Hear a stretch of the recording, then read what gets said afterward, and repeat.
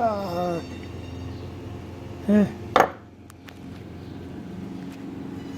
Some better light on this. Look at that. That's terrible. Alright. They're probably all four like that.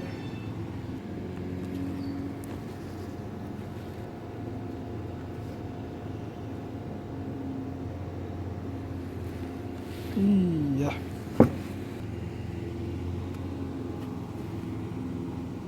Rust. Goop.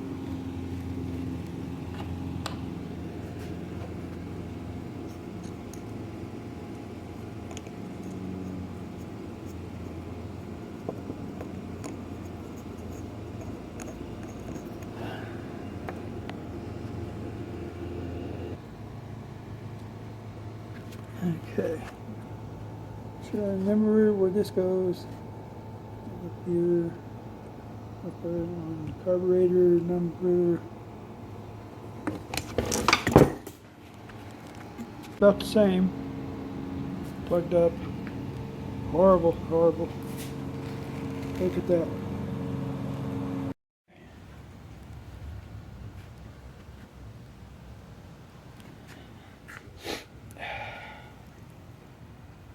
Okay, time for a good cleaning on this side, and then the diaphragms and the rest of it's on the other side. I'll do it tomorrow. Okay, got everything stripped down, all the little baskets here. So I gotta go get some carburetor cleaner and get at it, and maybe I need some fine needles because I've looked through all the jets and they're all plugged, but I don't have any wires small enough to fit through the jets, so I got to get some needles from my wife's sewing kit and get this thing cleaned up. Okay, this is the worst of it. This guy is plugged right about in the middle, so you can get a needle in from one side and a needle in from the other, but you can't poke it through because the needle's too big. It's a very, very fine orifice. So, needle doesn't work. You see how small that is? It won't go through.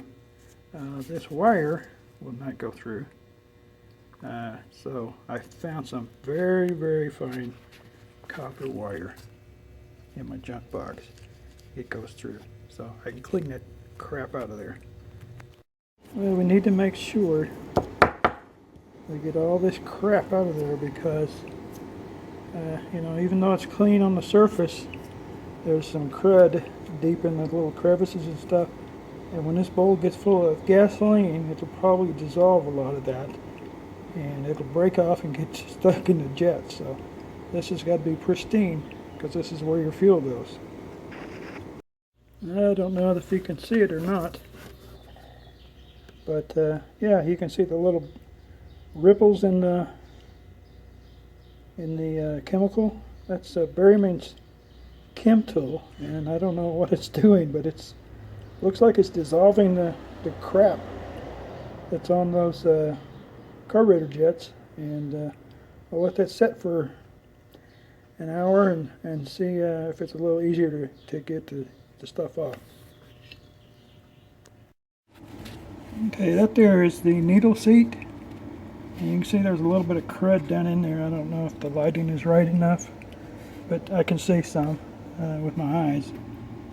Same thing here, there's a little bit. So I will probably spray all of these orifices and let that soak and then turn it over and squirt it from the other side. And then take it over to my air compressor and finish blowing this out.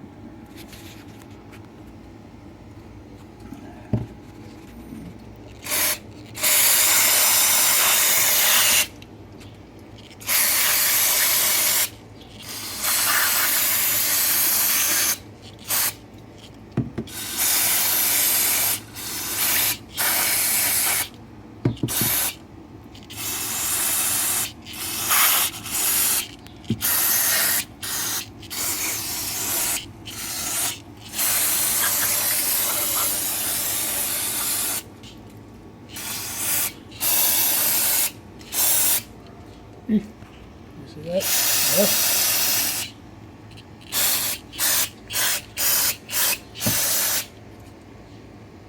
Okay, take a break. While I got this open, I'm going to point out this is your main idle screw. It sets this carburetor to the idle speed, and all things equal, you could probably put a feeler gauge in the throat and feel where the butterfly is touching, and set that, and then take that same feeler gauge to each one of these carburetors and set them also, and to that same setting or that same opening, and that should tune all carburetors to the same, being as all the jets are the same, everything is identical, and all things being the same, theoretically that should work. But in my experience, it does not.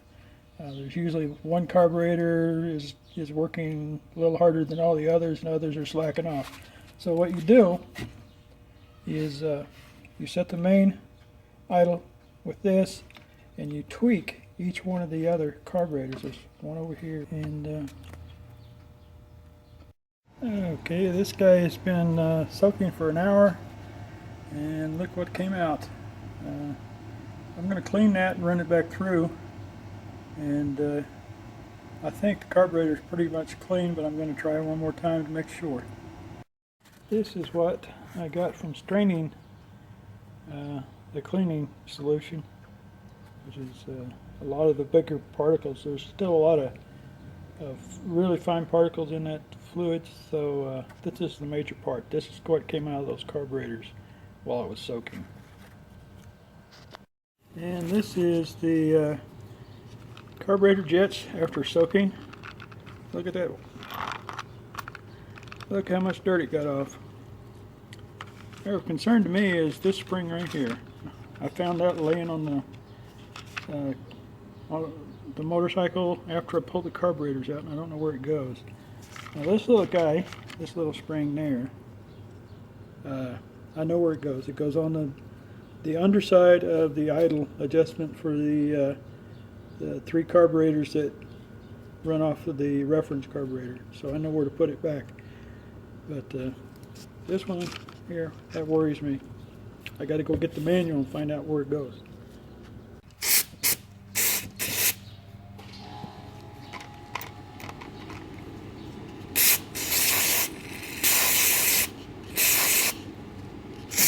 I've cleaned all these little holes. I don't know if you can see them or not. They've been cleaned with a needle and a tiny wire. And I've held these up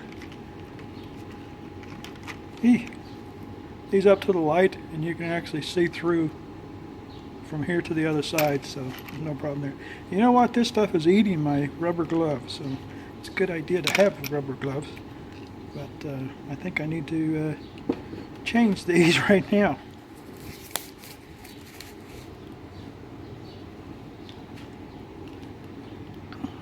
Okay, there they are. They're not nice and shiny, but they are clean, and you can see through everything, and there's no blockages anywhere in them.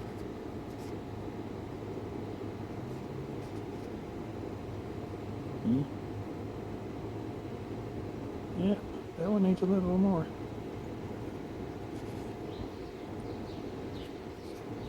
Okay, so, oh, there's a hole in there.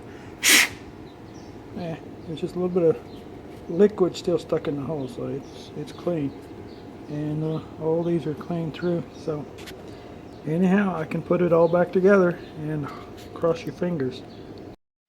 Oh, by the way, it does eat rubber gloves. Well, mine are latex gloves, so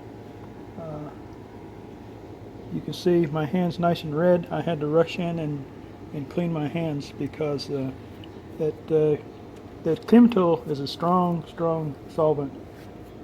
It does a real good job on carburetors, and it does an even better job on bare skin. So keep you some extra gloves, and by all means wear glasses. In the process of cleaning these carburetors, I've had spray back on my face multiple times, and if I hadn't had my glasses on, I'd probably lose my sight. Okay, putting these guys back together, you can put this in the carburetor first, and then add the jet on the top.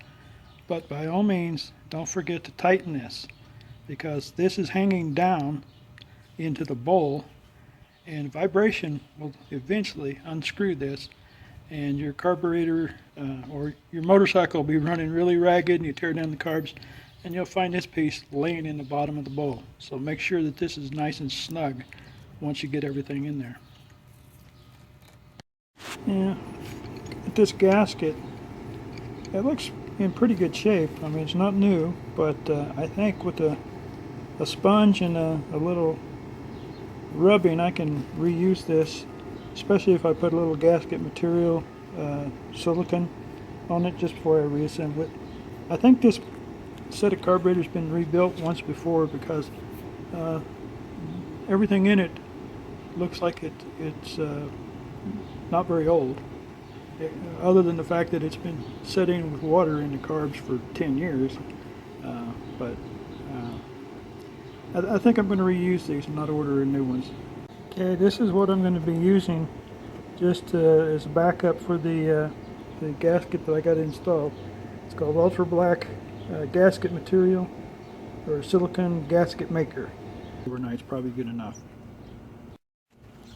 Okay, almost done. I just load up a little bit on my fingertip and very gently push it into the gasket so that it gets on top and below.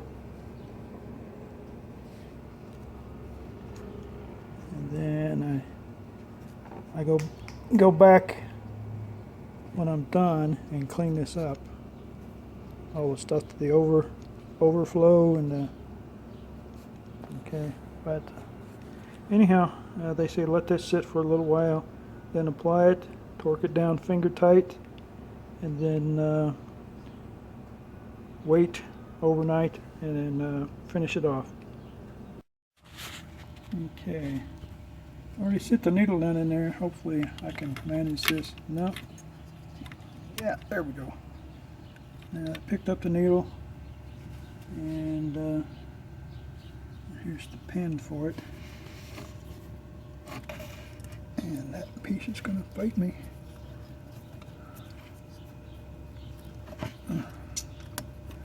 There we go. Line that up with the needle. That's going to work this time. Get the needle found. There.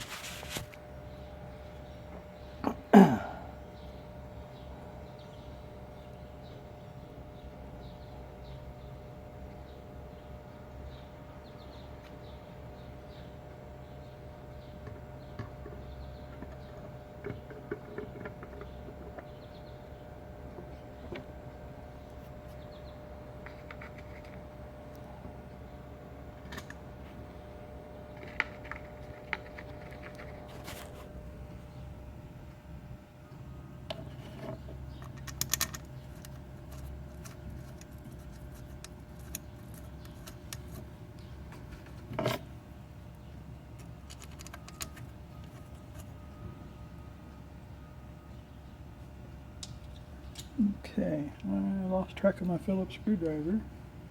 Yeah, anyhow, I got this old standby. And the instructions on the gasket material say snug but not too tight, and tighten them up, torque them tomorrow.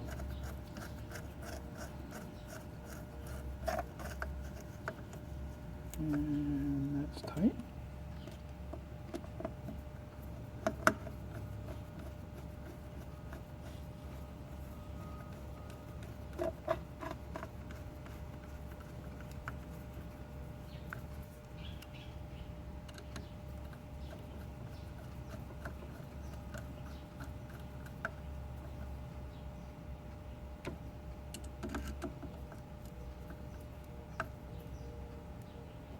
Okay, so I'll let that sit overnight, and then I'll take them or torque them down tomorrow.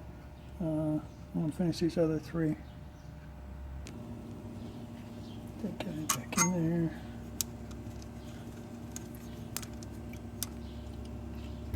Great.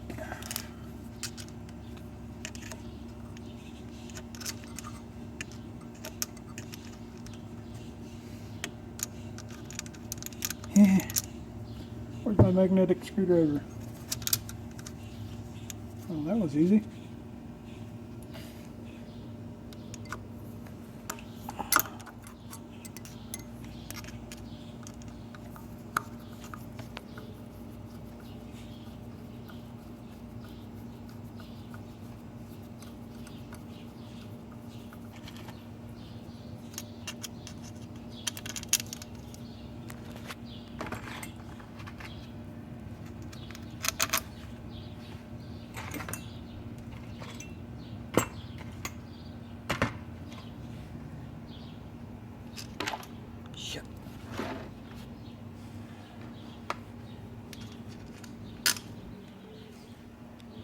Okay.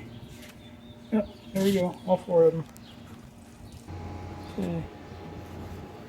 I've been using this stuff for a couple of years now.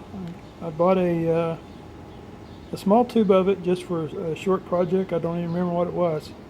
And it works so well that I went and got me a big one, and this has lasted me over a year now. But if you buy this, forget about this thing. It'll clog up the first time you use it. I always just unscrew the whole cap and put it on the end of my finger to apply it. The table here and throw out the bath water, but I want you to take a look at the bath water. That is all the crud that came off of this 4 carburetors. That is absolutely horrible. But I think it's pretty clean now, and I want to be able to get it out here where I can move it around and check for places that I didn't see before. So anyhow, this goes in the waste bin, or not the waste bin, but the waste bottle, and off it goes. So now it's time to work on the top half. There's really not a lot to do up here. There's a vacuum diaphragm behind here, and I pulled this one off and one other at the other end just to make sure that they're in pretty good shape and there's no dirt or crud or anything in them. So I'm just going to let it go, and everything else is just clean these guys up, make sure that they go in, and this needle seats in the valve down at the bottom, or the hole in the bottom, and slide it up and down, make sure it does not stick or grab, and then tighten it all up, put it back together. Uh-oh, I lost a spring. Oh, there it is. All right. This goes back in here. This goes in there. And this goes on top. Okay, first I got to clean everything, make sure it's all working properly before I bolt it down. Do not mess with this spring. I rebuilt my CM400 carburetors, and I accidentally set something on it and it tweaked it, and it took a long time to get this thing to actually move back and forth, up and down correctly, because the spring was pushing it off to the side instead of straight down. So don't mess with that spring, make sure it's in a safe place, like over there. Okay, I've gone over this guy, cleaned it up pretty good, and actually took some 1500 grit sandpaper to this, just to make sure there's nothing hiding in the grooves. And this is actually, if you run your finger across it, it's grooved in this direction. I don't know why, but yeah, this one's nice and clean, and I'll do all the others that way too, and before I put them in. And also check the sides, make sure there's no burrs or grit, because that'll stick in the cylinder. Also, I don't know if you can notice it or not, there's some wear on this guy. So that's why you want to keep these things separate because this piston is accustomed to being fit in this sleeve because, you know, over 10 years time of operation, you would think they learned each other. And so that's why that groove is there, and that's why you want to keep them separate so that it goes back with the same hole that it came out of. Okay, when I'm putting these guys back together, you can see that's not exactly lined up, but it did fit in. Sometimes those needles rock from side to side and won't line up with that port down there. So anyhow, it's just a matter of lining them up, and then it just drops right into place. Okay. This needs to rotate just a little.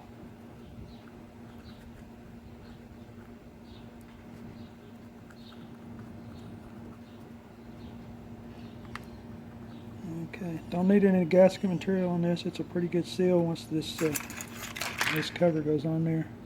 Make sure you want to clean this up and make sure this lines up with that. So don't put it upside down.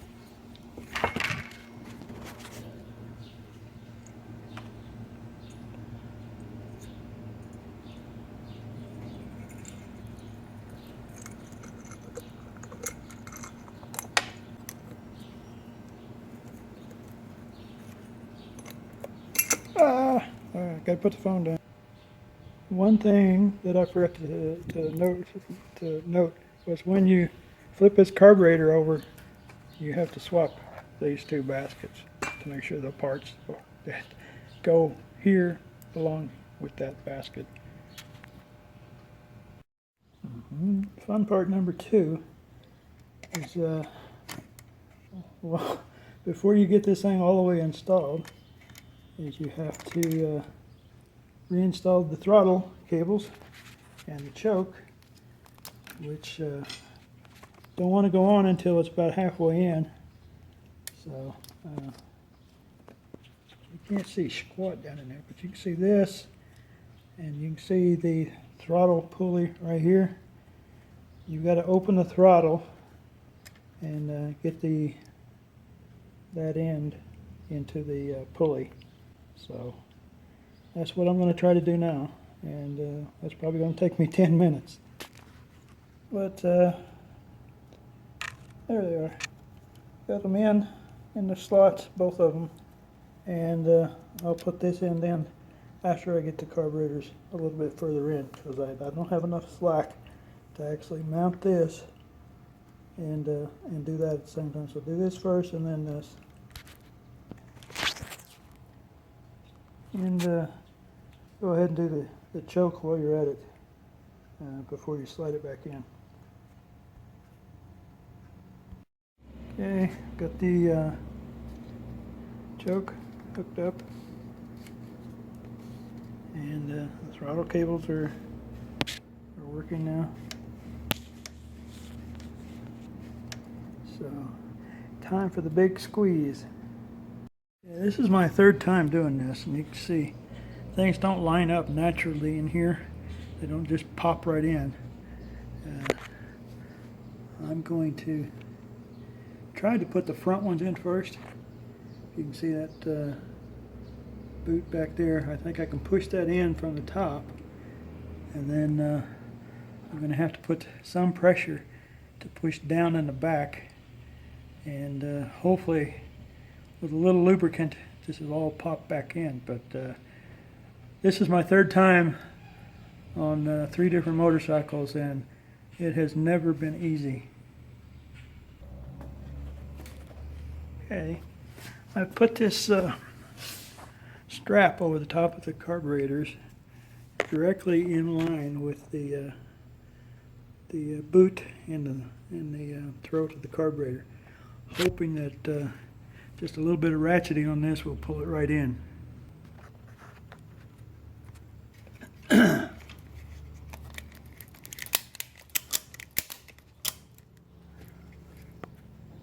Well, that one's going in really easy, but seems to be tilting this side, so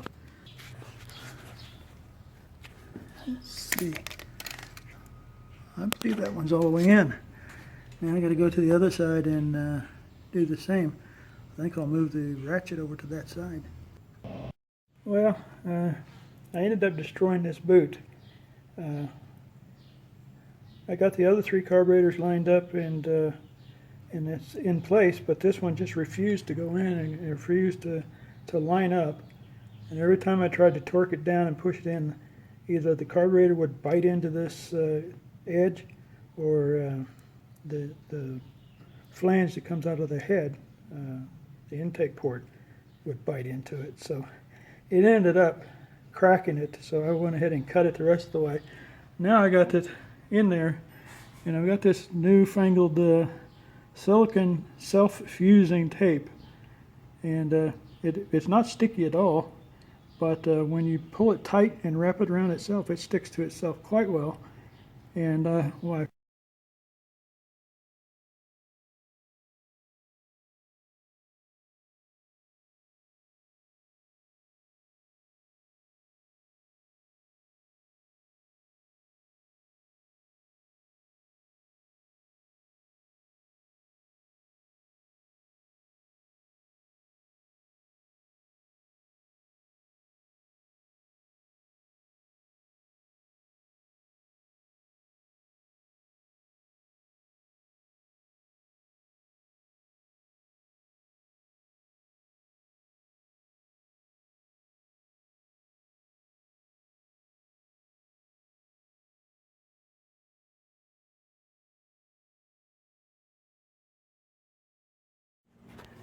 carbs are in, it's all buttoned up, hoses are rerouted.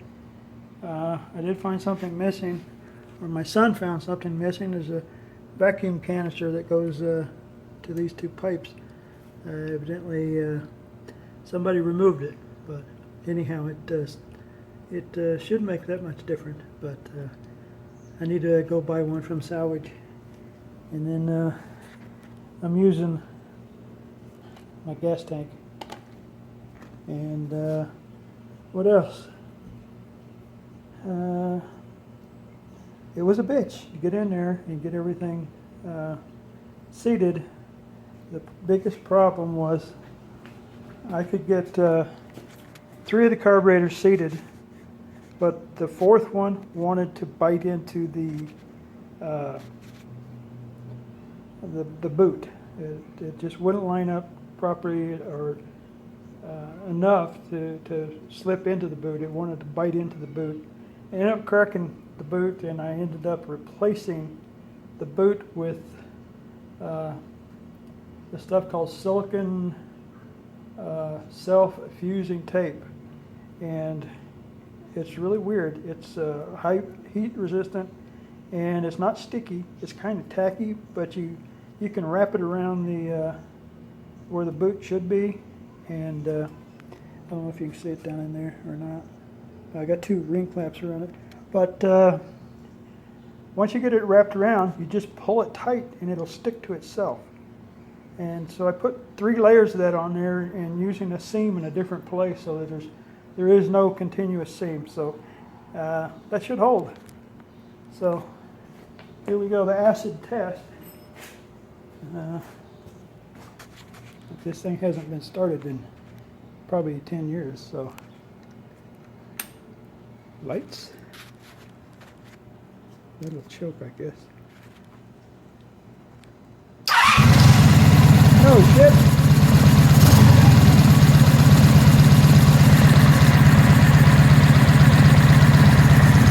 Listen to that. Okay, well, I need to finish reassembling all these parts laying over here, but that is very promising.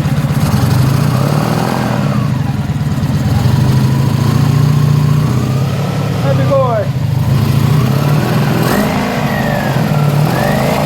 Uh-oh, gas tank went on the floor. That's enough for now. I got to put cool it in the radiator. So I think I'm done for tonight.